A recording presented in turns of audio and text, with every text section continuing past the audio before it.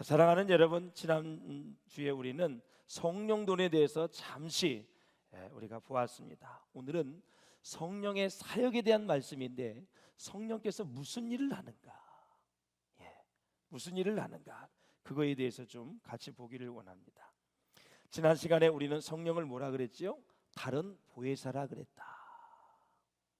파라클레토스, 우리를 돕는 자다.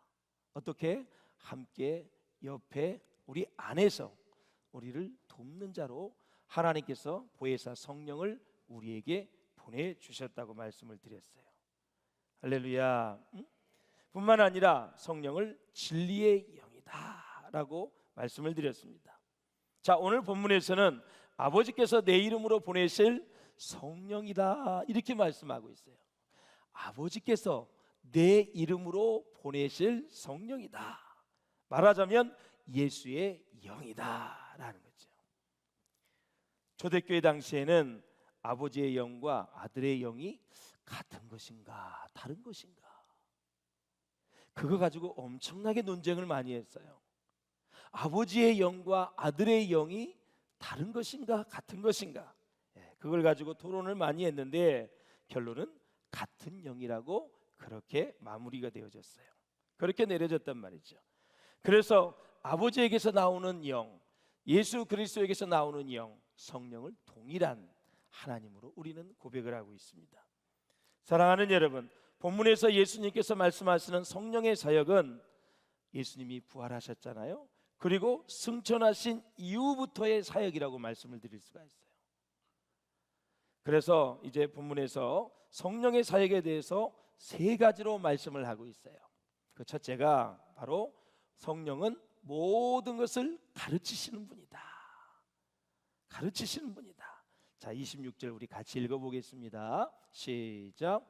보혜사 곧 아버지께서 내 이름으로 보내실 성령, 그가 너희에게 모든 것을 가르치고. 모든 것에는 무엇이 포함이 되어 있을까?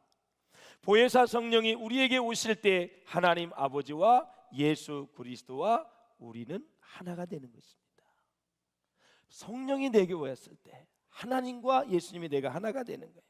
사랑하는 여러분, 우리는 하나님 안에 있을 수 있어도 어떻게 하나님이 내 안에 계실 수 있을까요?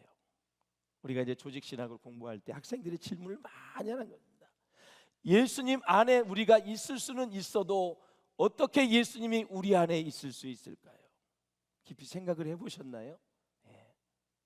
예수님이 육신으로 있다면 어떻게 그분이 우리 안에 들어올 수 있고 내가 그분 안에 들어갈 수 있을까요? 배를 가르고 어떻게 들어갈 수 있을까? 그것은 바로 성령의 능력을 통해서 가능하게 되는 것인데, 아버지께서 예수의 이름으로 보내주신 파라클레토스, 그 하나님의 영, 예수의 영, 성령이 우리 안에 들어오신다라는 거죠. 어디에? 마음에 들어오시는 거예요. 마음에.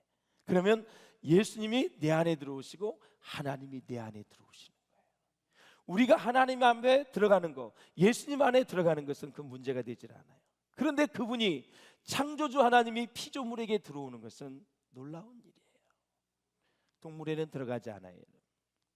그러나 예수님이 또 귀신의 세력을 다 내몰아나게 해서 돼지떼에 귀신을 넣어서 바로 2000마리의 돼지떼를 바다에 몰살시킨 것도 있는데 그것은 하나님의 영역이지 우리가 할 수 없는 일이죠. 그래서 사랑하는 여러분, 우리 안에 있는 하나님의 능력은 100%다 성령님의 능력입니다. 100%다.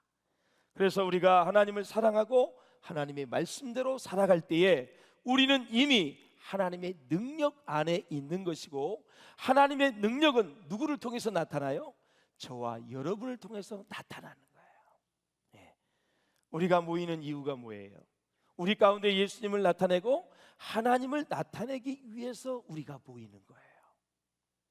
우리가 어디에서든지 무엇을 하든지, 예배하든 일을 하든 직장과 사업, 학교에서 어떤 일을 하든 그 모임에서 예수님이 딱 드러나게 되면 내 안에 계신 성령님은 무척 좋아하십니다. 그런데 그 예수님을 드러내기보다는 죄를 짓고 악한 말을 하고 여러 가지 불미스러운 일을 하게 되고 하나님이 기뻐하지 않는 일을 하면 성령은 내 안에서 근심을 하게 탄식을 하게 되죠. 사랑하는 여러분, 성령님이 우리 안에 계신 것을 꼭 느낄 수 있기를 주의 이름으로 축원합니다. 언제? 하나님의 말씀 중심으로 모이고 서로 예수 안에서 겸손하게 되면 우리는 날마다 성령님이 내 안에 계신 것을 느낄 수 있다라는 것입니다. 자, 가르치는 일이 이제까지 예수님께서 하신 사역이었습니다. 그래서 제자들은 예수님을 랍비, 선생님이라고 불렀죠. 지난주에 우리가 스승의 주일로 이렇게 잘 지켰어요. 내가 가르침을 받은, 나를 가르쳐 주신 그분의 지식을 전수받고 그분을 존경하게 되면 나중에 우리의 인격이 좋아지게 되어 있습니다. 제자들이 예수님의 가르침을 받고 예수님을 하나님의 아들로 믿고 그분을 존경하고 존중하고 인정하면 그분의 인격이 제자들의 인격이 되는 것입니다. 그래서 우리가 나를 가르쳐 주신 학교의 선생님들, 교회의 영적 지도자들을 사랑하고 존경하는 것이 내가 하나님 앞에서 인격적으로 사는 비결입니다. 할렐루야. 항상 인정하고 존중하는 그런 마음 가지고 살 수 있기를 주님의 이름으로 축복합니다. 과연 누가 선한 목자로서 제자들을 가르치고 생명의 길로 인도할 수 있을까?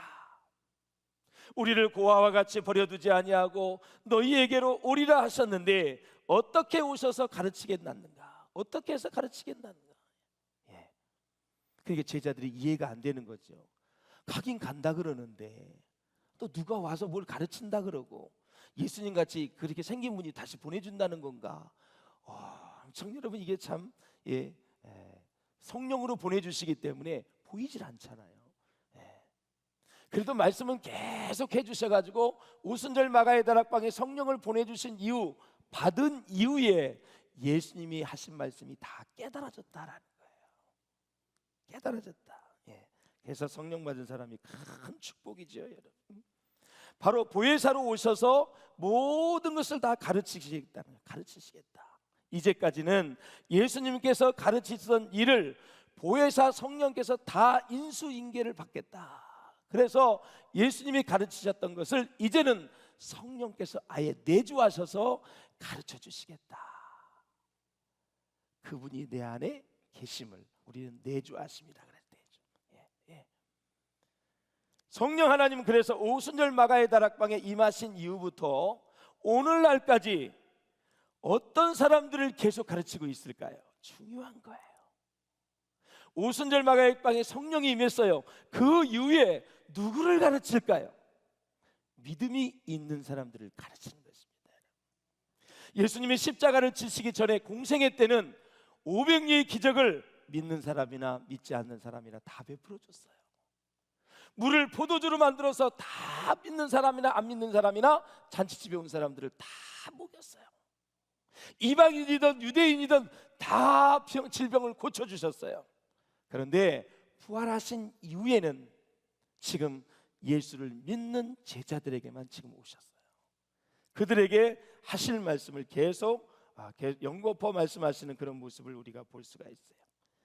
그래서 예수님이 자신의 말이 아니라 하나님의 말씀을 하셨듯이 성령께서도 자신의 말이 아니라 예수님께서 말씀하신 것을 가르친다라는 거예요. 그래서 성령이 역사하실 사람은 누구냐? 믿음이 있는 사람인데 계속해서 가르침을 우리가 받아야 되는데 성령께서 가르치시는 방식이 뭐냐? 그 말씀이 생각나게 하신다. 사람이 티칭의 방법이 여러 가지가 있어요. 그렇죠? 그런데 성령께서 우리에게 진리를 가르치는 방식은 그 말씀이 생각나게 하시는 것이다 라는 거죠. 그렇다면 생각나게 한다는 것은 도대체 무엇을 말할까요? 생각나게 한다는 것, 바로 그것은 예수님의 말씀을 올바로 깨닫게 하신다는 그런 뜻입니다. 할렐루야. 그러므로 성령의 역할은 뭐예요? 예수님의 말씀의 뜻을 올바로 이해하고 깨닫게 하시는 것이 성령께서 하시는 일이다라는 거죠. 말씀이 잘 깨달아져요. 은혜가 되어져요? 듣고 싶어요? 갈망이 되어져요? 그러면 여러분 안에 성령이 일하고 계신 거고 이미 성령이 임재하신 거예요. 말씀을 듣는데 하나도 안 들어와. 진땀만 나. 지긋지긋해. 말씀을 듣는데 너무너무 지루해. 어둠이 꽉 찬 심령이죠. 사단의 세력이 지금 방해하고 있는 거죠. 그래서 진리의 말씀을 그렇게 올바로 깨닫게 하시는 사역을 성령께서 하신다라는 거예요. 그러므로 사랑하는 여러분, 인간은 계속해서 배워야 성장할 수가 있어요. 다 배웠다고 말할 수 있는 사람은 이 세상에 단 한 사람도 없습니다. 여러분, 우리가 신앙을 선택한다는 것은 뭘 하기 위해서? 배우기 위해서 선택을 하는 거예요. 성령님이 우리를 가르쳐 주십니다. 신앙만 가르치는 것이 아니에요. 아까 말씀을 드렸죠. 성경에 모든 것을 다 가르친다. 인생도 가르쳐요, 철학도 가르쳐요, 윤리 도덕도 다 가르치는 분이 성령 하나님이시다라는 거죠.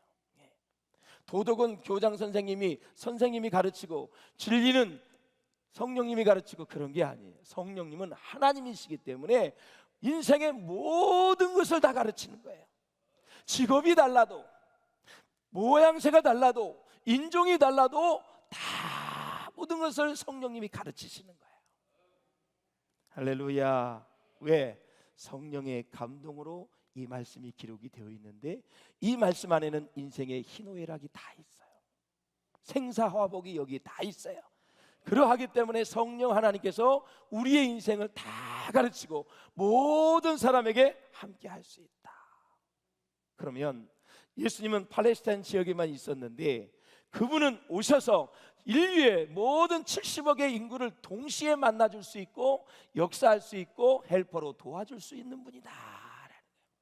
내가 힘들고 외로울 때, 답답할 때 그분은 언제든지 초청만 하면 예고 없이 나한테 오실 수 있고, 그리고 내가 초청 안 해도 나를 도와주시는 분이 성령 하나님이십니다. 그분을 모시고 승리할 수 있기를 주의 이름으로 축원을 드립니다. 그래서 우리가 성령님에게 배우는 자는 생명을 얻게 된다. 더 풍성한 생명의 축복을 누리게 된다라는 거죠. 사랑하는 여러분, 예수님은 부활하신 이후에 다른 사람들은 만나지 아니하시고 오직 믿는 자들에게만 나타나셨습니다. 그 이유가 뭘까? 바로 이제 이 세상이 진리를 믿는 자들과 믿지 않는 자들로 딱 구비되고, 성령을 받은 자와 받지 않는 자들로 딱 구분이 되어 있어요. 그래서 믿는 자에게 역사하셔서 말씀도 하시고 가르쳐 주셨다라는 거죠. 결국 예수님을 믿지 않는 사람들은 하나님의 영광의 모습을 보는 특권을 다 상실하게 된 거죠. 사랑하는 여러분, 결국 인간의 모든 문제는 우리 안에 하나님의 능력, 성령의 능력이 들어와야 풀리게 되어 있습니다. 성령의 능력이 들어와야 돼요. 그럼 죄 문제도 해결되고, 걱정 근심도 떠나가고, 두려움도 사라지게 되고, 미래도 걱정되지 않아요. 왜? 그분이 인도해 주실 것이기 때문에. 과거에도 잘못 살아와도 그분이 다 용서해 주시기 때문에 과거가 잘 정리가 되어져요. 성령님만 함께하면 과거의 30년, 40년, 50년이 순간에 다 정리가 될 수 있어요. 그런데 예수 없는 세상은 고민과 고민과 죄책감과 이런 것들로 인해서 잠 못 이루게 되죠.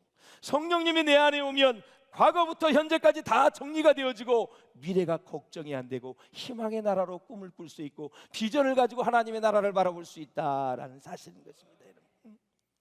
그러므로 사랑하는 여러분, 이 기적은 믿는 자들에게만 일어날 수 있다라는 것입니다.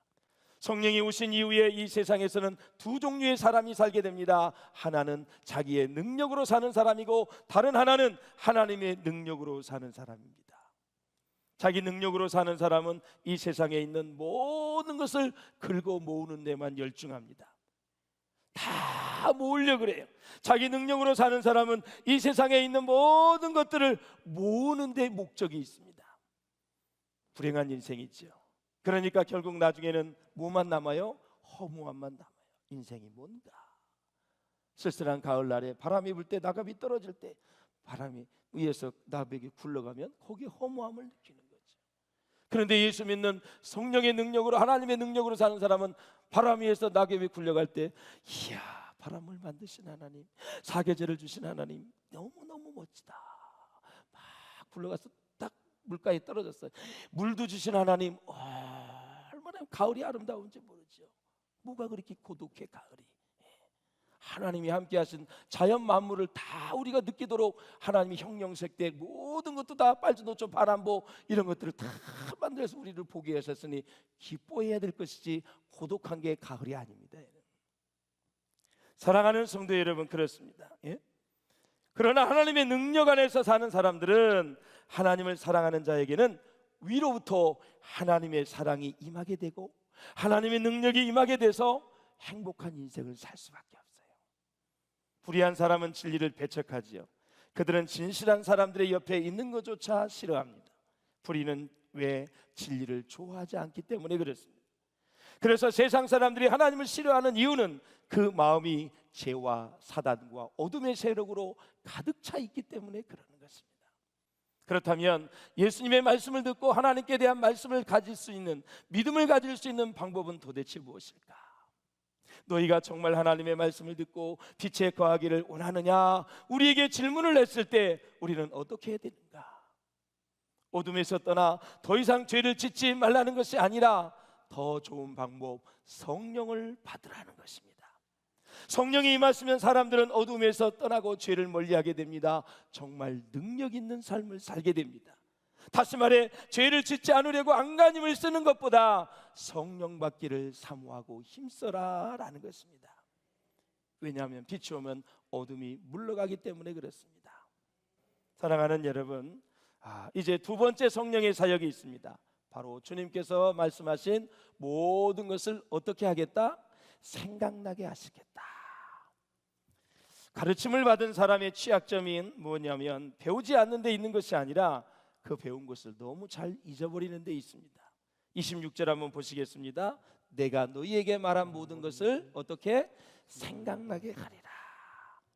자, 베드로가 예수님께서 고난당하시는 새벽 몇 시간 전에 내가 닭 울기 전에 나를 부인이라고 하신 말씀, 그 말씀을 기억하고 생각했다면 그 계집애 앞에서 절대 예수님을 부인하지 않았을 것입니다.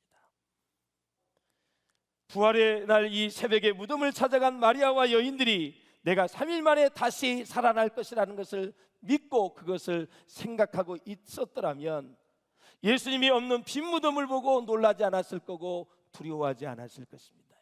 생각을 못했기 때문에 그렇습니다. 그런데 예수님을 보십시오. 공생애를 시작하기 전에 광야에 가셔서 40일을 금식하시고 내려오실 때 사단이 예수님을 시험했지만 성경 말씀이 생각났기 때문에 그 말씀으로 사단의 세력을 이겼습니다. 사람이 떡으로만 살 것이 아니오 하나님의 입에서 나오는 모든 말씀으로 살 것입니다. 다만 하나님을 경배하라고 예수님은 말씀하셨어요. 말씀은 생명이고 능력이지만 생각나야지만 효력을 발휘할 수 있는 것입니다.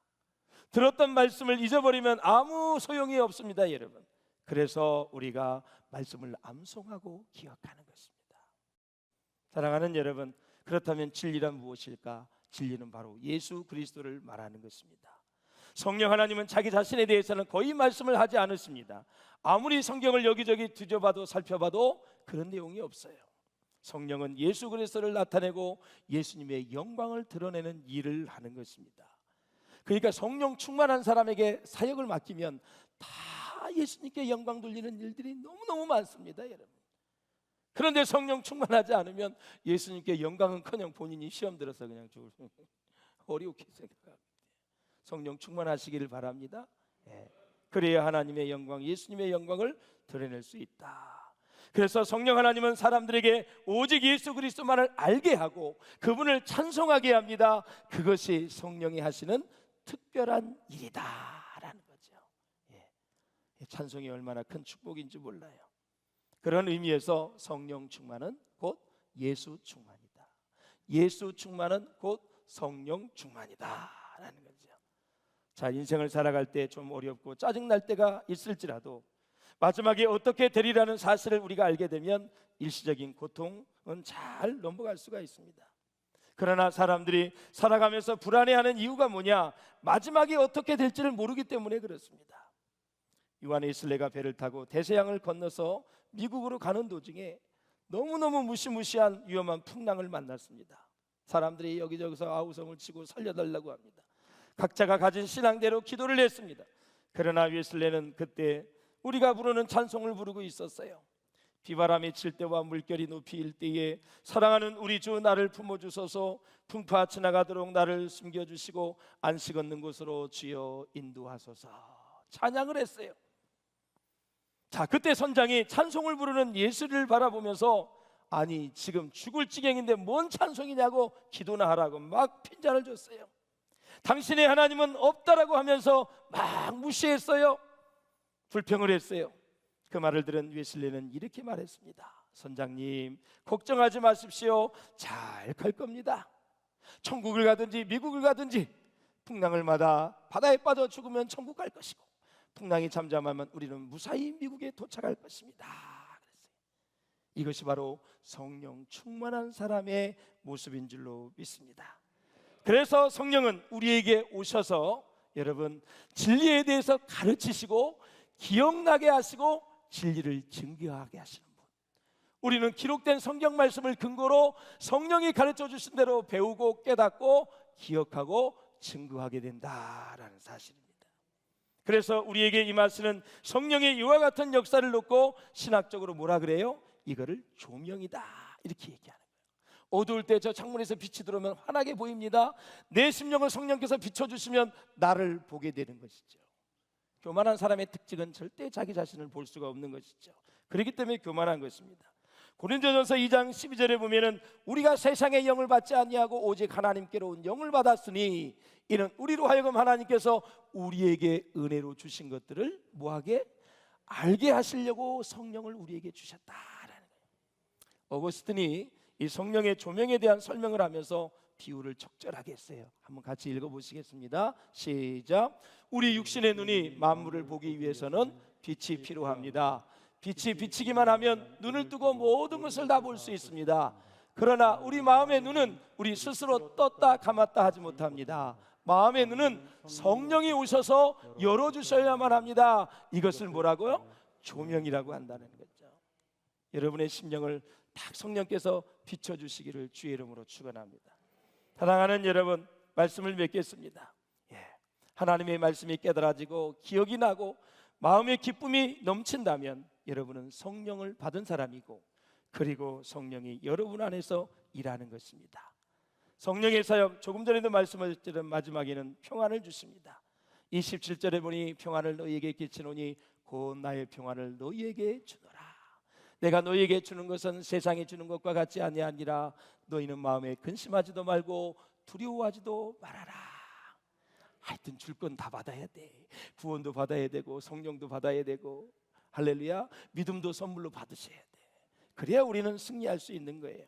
정리를 합니다. 예수님의 평안은 순간적이지 않고 영원한 평안입니다. 환경이 좋을 때 생기고 나쁠 때 사라지는 평안이 아닙니다. 영적인 평안이고 내적인 평안입니다. 세상이 알 수 없는 완전한 평안입니다. 그러나 세상이 주는 평안은 짧고 순간적이고 물질을 통해서 평안이 있습니다. 육적인 것입니다. 이거는 불완전한 것입니다. 그러므로 사랑하는 여러분, 오늘 우리가 현실적으로 겪고 있는 고통의 뿌리는 경제 문제도 아니에요. 취업의 문제도 아니고 직장 문제도 아니고 실업의 문제도 아닙니다. 근본적인 문제는 영혼의 문제인 것입니다. 배고파하는 우리의 영혼이 기갈들려 늘상 우리의 마음은 허전합니다. 우리의 허전함을 쓸데없는 것으로 채우려고 여러분 노력을 하지 마시고 우리의 속사람이 성령으로 가득하여 주님의 샬롬 평안이 가득하시기를 주의 이름으로 축원합니다. 의심과 두려움이 밀려올 때에 주님의 평안을 구할 수 있기를 바랍니다. 샬롬 평안은 가장 편안하고 건강하고 행복한 상태를 말하는 것입니다. 그래서 평안이 우리 가운데 임하게 되면 전쟁도 갈등도 긴장도 질병도 스트레스도 절대 쌓이지 않습니다. 아무리 스트레스를 받아도 성령이 내 안에 계시고 그 성령이 주시는 평안을 내가 받게 되면 나는 모든 가운데서도 고요한 호수에 모든 새들이 날아다니고 그렇게 아름다운 것처럼 내 마음은 요동치지 않고 주님의 평안으로 가득 차게 될 줄로 믿습니다. 마지막 정리해드리겠습니다. 성령은 평안을 주는 영이고 악령은 불안케 하고 두려워하게 하는 근심하게 하는 영입니다. 모든 어둠의 영, 흑암의 권세가 떠나가시기를 바라고 성령 충만하여 하나님의 평안이 가득 넘치시기를 주의 이름으로 축원합니다.